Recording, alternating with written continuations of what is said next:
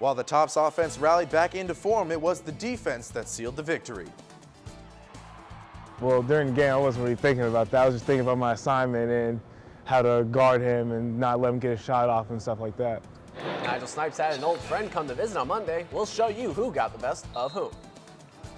And the Lady Topper basketball squad ran their opponents right out of the gym and kept on running in preparation for the Sugar Bears.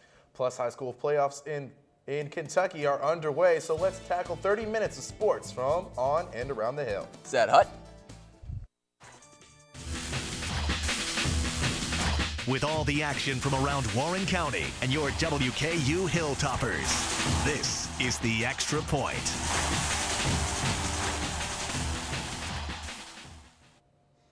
We had a short week to recover after our live game day show on Saturday, but don't worry, we're all rested and have a clean injury report. I'm Daniel Padilla. And after being an official game time decision, I'm David Holloway, and this is the Extra Point. The Hilltopper football team wrapped up their week of practice a bit earlier today. Extra Point reporter Sarah Hager was there to get the latest from head coach Jeff Brom. It's a chilly night here at Houchin Smith Stadium, where the last two home games have been huge defensive efforts in the fourth quarter for the Tops. Coach Jeff Brom talked about how it can't be just a fourth quarter defensive game. It's got to be a full 60 minutes of playing hard. We've really concentrated hard this week on playing hard and playing hard all the time. I think sometimes in the fourth quarter our guys know that the game's on the line, and they've played hard and they found a way to do some good things. So without question, for 60 minutes we have to play as hard as we can. Coach Brom also talked about the importance of holding on to the ball and having a good playoff mentality going into the last few games of the season. He also gave an injury report on Antwain Grant, who will not be ready for the game yet. Cam Thomas will be a game time decision, and Ace Wales will be on the sidelines for the game. For the Extra Point, I'm Sarah Hager. The Hilltoppers look to win on homecoming for the second time in the last 4 years as they welcomed in UTEP. The defense looked to bounce back from the Louisiana Tech game as the Miners took an early 17-7 lead after one quarter. Leon Allen was the spark plug the Toppers needed on offense, as this 10-yard receiving score would give the Hilltoppers the separation they had to have to clinch the victory. 33 also added a 2-yard rushing score here, totaling 48 yards on 14 carries for the day, and another 88 yards on 8 catches. Brandon Dowdy got back to his old self, tossing 324 yards and 3 touchdowns through the air on his way to winning Conference USA's Offensive Player of the Week honor. Army brings their triple option offense to the Hill this Saturday. The Tops are 3-0 against the triple option since Nick Holt took over as defensive coordinator last year, including earlier this season against Navy. The Black Knights offer the Tops unique challenges to this rare offensive attack. Army probably gives a lot more different looks as far as different formations, and they'll get into some two-back stuff. They get into some shotgun stuff. I mean, kind of some stuff you see in our conference. Army's rushing attack comes into the game with averaging nearly 298 yards per game. Their defense is allowing 428 yards through the total offense. David, it'll be interesting to see how the Toppers offense will attack that defense. Not only that, their defense has struggled too. The rushing defense of WKU has struggled all year. We'll see how much improvement they've made over the past couple weeks, as well as the WKU's got to take advantage of a weaker Army defense. That will help the Brandon Dowdy get back into the passing rankings. He's number 3 right now, I believe, right behind UMass's quarterback by only a few yards. But WKU has really got to take advantage of their offense. It's got to continue producing, and their defense has got to step up. Both teams are going to be coming into the game off of big wins. And one last thing before we switch it up in gears, President Gary Ransdell is going to be parachuting into the game with the game ball. That's going to be great to watch. That'd be incredible to see. Chastity Gooch and the Lady Tops got off to a fast start against Bellarmine. Micah Jones passing the ball off to Chastity Gooch. Let's take a look at it right here. Here it is, over to Gooch. Driving to the lane and in the basket for a game high of 20 points for her. The Tops got it done on the defensive end as well. This steal by Tashia Brown was finished off at the other end right here. Chastity Gooch over to Kendall Noble, driving it into the for a layup. The Tops got 40 points off turnovers. Passing was the key right here, as we see here with this nifty play. Kendall Noble over to McLean. Layup for the next Lady Toppers. They'll take on Central Arkansas in Dill Arena on Friday. And that game against Central Arkansas marks the beginning of the women's preseason NIT. After a high-octane offensive performance, the Lady Toppers brass are focusing on defense heading into the weekend. And making sure we understand and know that in transition who our shooters are. They received their first scouting report yesterday, so I think the freshmen were a little wide-eyed, just understanding and knowing how prepared we really get them for games. WKU hosted Pikeville in their lone exhibition game of the 2014-15 season. Senior guard TJ Price led all scorers with 23 points and added 8 dimes as he throws the ball over the defense to George Fant on the block. Fant ended the night with 10 points. At the opposite end of the court, Trincy Jackson crossovers and dishes it to TJ Price, who takes a couple dribbles and drains the jumper. Price returns the favor, sending the ball down the open court to Jackson. Jackson goes up and the ball comes down. The redshirt guard finished the evening with 22 points. The Tops defeated Pikeville 105-84. The Hilltoppers tip off their season officially against Austin Peay to sandwich a busy Saturday. This year's schedule is no walk in the park for Ray Harper and his squad. The non-conference matchups include Ole Miss, Murray State, Bowling Green State, and Louisville. The conference slate doesn't get any easier as games against UTEP and Louisiana Tech and Middle Tennessee highlight the Conference USA campaign. I think it's a very challenging schedule. I was talking to one of my closest friends in the business just a few minutes ago, and he said, I don't think there's anyone in your league that would want your schedule. I think he's right. This week's matchup against Pikeville may not have counted for anything, but it meant more to one Hilltopper and his high school teammate. Reporter Elliot Pratt tells us about the friendship of Nigel Snipes and KK Simmons. In the grand scheme of things, exhibition games are meaningless, a simple competition to prepare teams for the upcoming basketball season. When WKU and Pikeville met in Diddle Arena Monday night, it was a game that Nigel Snipes had looked forward to for quite a while. Almost two to 3 months, weeks before it even happened, I was like, yeah, my boy KK's on the team. I heard that he was dropping 28 against Kentucky and Tennessee. Pikeville guard KK Simmons and Nigel Snipes have played basketball together since their high school days in Georgia, both of them playing and graduating from Wheeler High School in 2011. Well, that was 3 years ago. Monday marked the first time the two friends have played on the court together since, except this time in different uniforms. Well, it's very surreal. I'm just like, this is my best friend, been one of my good friends for a while, and now we're on different teams. The road to this point in their college careers hasn't necessarily been easy. UPike is the third school for Simmons, now a junior. Snipes endured an ACL injury just before his sophomore year, resulting in season-ending surgery. Luckily for the both of them, they've leaned on each other for moral support. He needed something, I was there for him, but I needed something, just been there mentally for each other. With me, with just transferring schools, he just told me, to keep my head up and just keep it pushing, you know what I'm saying, to never stop and never quit, because that's where we come from. Yes, it was just an exhibition, and no, it didn't mean anything in the win-loss column, but reuniting friends in opposing uniforms for at least one night was worth the competition. It's good, man. I'm happy for him. I'm happy he found somewhere that he likes and can shine. The moments that we had in the same jersey was incredible, and the moments that we had tonight, against each other was incredible. We'll cherish them forever. Reporting for the Extra Point, I'm Elliot Pratt. While Snipes and Simmons may have played alongside one another in high school, WKU freshman Avery Patterson also played prep ball at Wheeler High School. This week's Hero on the Hill secured a homecoming W for the Hilltoppers on a play that was truly wonderful.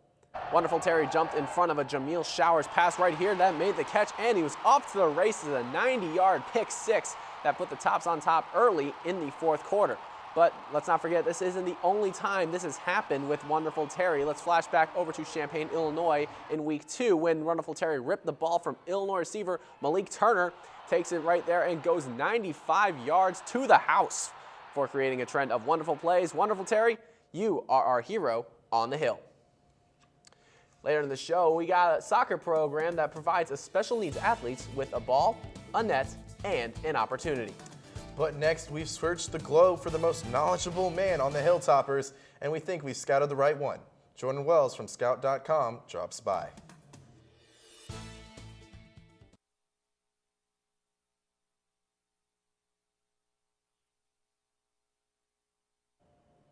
Jessica Lucas, 19. Alyssa Kavanaugh, 18. Sydney Engel, 18. Travis Hudson, 20. Well, 20 years at WKU, that is. Well, I've only been here for 4 years. Coach Hudson told me about his 20 on the Hill. We're trying to hit it in that seam. If it's falling that low, Alyssa, just put your hand on it and just throw it right to the middle of the court. For the past few years, WKU volleyball has been a nationally recognized program in college athletics, but it wasn't always this way. 20 years ago, a man by the name of Travis Hudson stepped in as the head coach of the Lady Toppers. We were 298 out of 326 schools in Division I volleyball my first year, and now I think for the last 3 or 4 years we've received votes for the top 25, and it's been quite a journey and one that I'm very, very proud of. But the career of Coach Hudson didn't have a typical start. Started playing the game a little bit just recreationally, and became good friends with the guy that was the coach here at the time, and came in as a student and started helping him in the gym as just a student assistant, and my career kind of sprang from there. Coach Hudson has done a lot since being here on the Hill at WKU, but he says the accomplishment he's most proud of happens in the classroom rather than on the court. The thing that I'm the most proud of is in 20 years as a coach, we have a 100% graduation rate, which is something that I take great pride in. We've never had a kid come here to play volleyball that didn't walk away with a degree. Off the court, the players see the coach in a different perspective. It shapes us into being better people. When I graduate, there's so many different things further than way beyond volleyball that I will be changed, that will help me and benefit me in the long run because of being a part of WKU volleyball. Hold them back at the end. We want you to draw it out with them out in front, okay? Well, I know me personally, being a freshman, new here, he's like a second dad to the players. I mean, you can go to him about anything, and he'll be there for you. He has the best advice of anybody who's ever given me advice, and he's just an awesome person on and off the court. I'm really so proud of the year you've had. I don't care what happens the rest of the year. You really have done an amazing job. Reporting. So what can we expect to see from the coach in the next 20 years? Well, Coach Hudson says as long as he's enjoying coaching, he hopes to continue his success at the helm. That team finishes up Hudson's 20th regular season with 2 home matches this weekend. Extra Point reporter Sarah Hager is live at Diddle as the team prepares for UTEP. At me when you want me to go. Hi guys, I'm here live from EA Diddle Arena, where WKU volleyball team is set to take on the first of their final 2 regular season home games. If they win tonight and on Saturday night, it will be the first time the Lady Toppers have gone undefeated since '05. We're about 39 minutes away from the first serve, and the defense has been making huge strides, I'm telling you. About 18.29 digs per set and 3.43 blocks per set, excuse me. Saturday night will mark senior night for seniors Molly Padjakowski and Heather Boyan. That game starts at 7. For the Extra Point, I'm Sarah Hager. Back to you guys. Thanks, Sarah. Sometimes playing a sport means a lot more than just being the best. Extra Point reporter Anna Medina checked out a very distinct and unique way certain athletes get to have some fun. Those who live in Bowling Green know that the Southern Kentucky Soccer Club, or SKY, provides an outlet for children and teenagers through the game of soccer. Not only is SKY noted for its variety of programs, but also for Top Soccer. Top Soccer gets young athletes with physical or mental disabilities out on the field to enjoy a game of soccer. No matter who you are, we're trying to make you feel as special as possible, and whether that's a bunch of high fives or a little tunnel and cheering on and awards. The program has a system of volunteers that are called buddies that supervise the athletes. Not so much teaching them the game of soccer or getting them out here and moving around, but throughout the community you'll see a lot of these athletes, and it's so fun to connect with them and have a relationship with them. In addition to supervising, the buddies also help ensure that each player gets their goal. When they kick a ball in the goal and they get a big smile on their face, just a sense of accomplishment. Everybody likes to feel that. And parents feel that getting a goal shows these athletes that they can do anything. A child that, will come out here and kick a goal and sit there and think about that, like, wow, I just did something that, I never thought I could do. I did something that, I see all the other kids do, and I can do that too. Reporting for the Extra Point, I'm Anna Medina. For more information on the Top Soccer program, visit skysoccer.org. And a few Warren County schools are headed to the second round of the KHSAA playoffs, except one that let the game slip right out of their hands.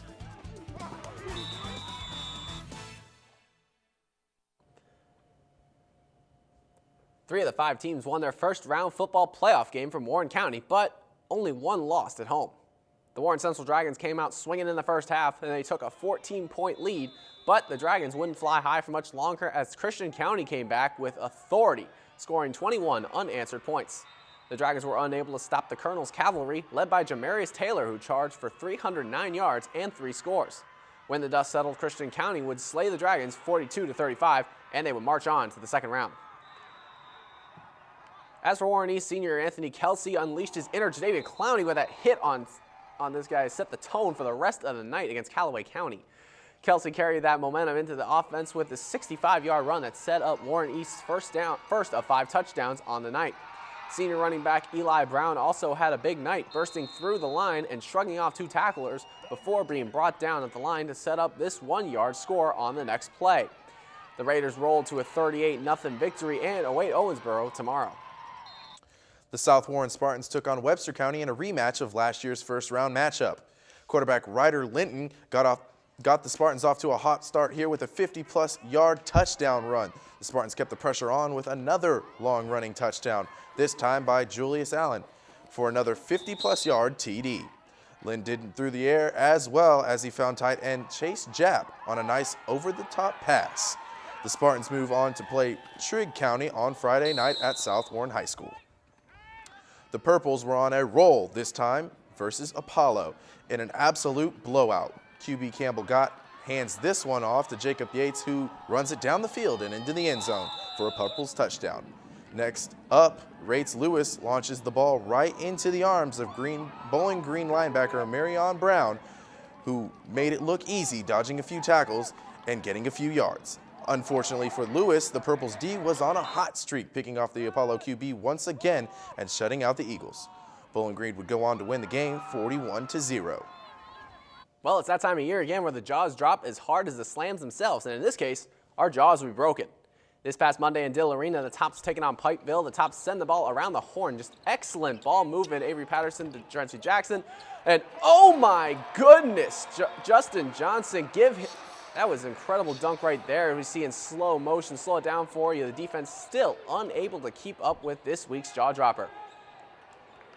And now we're up, wait, hold on a second. Actually, before we go to going for 2, we got one more jaw dropper for you guys. Let's roll the clip, boys.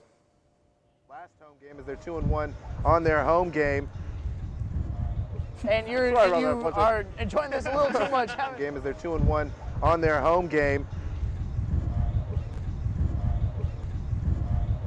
That was really nice, guys. I appreciate it. It was a good hot dog. It was a really good hot dog. It better have been a good hot dog, man. I mean, that was a fun time.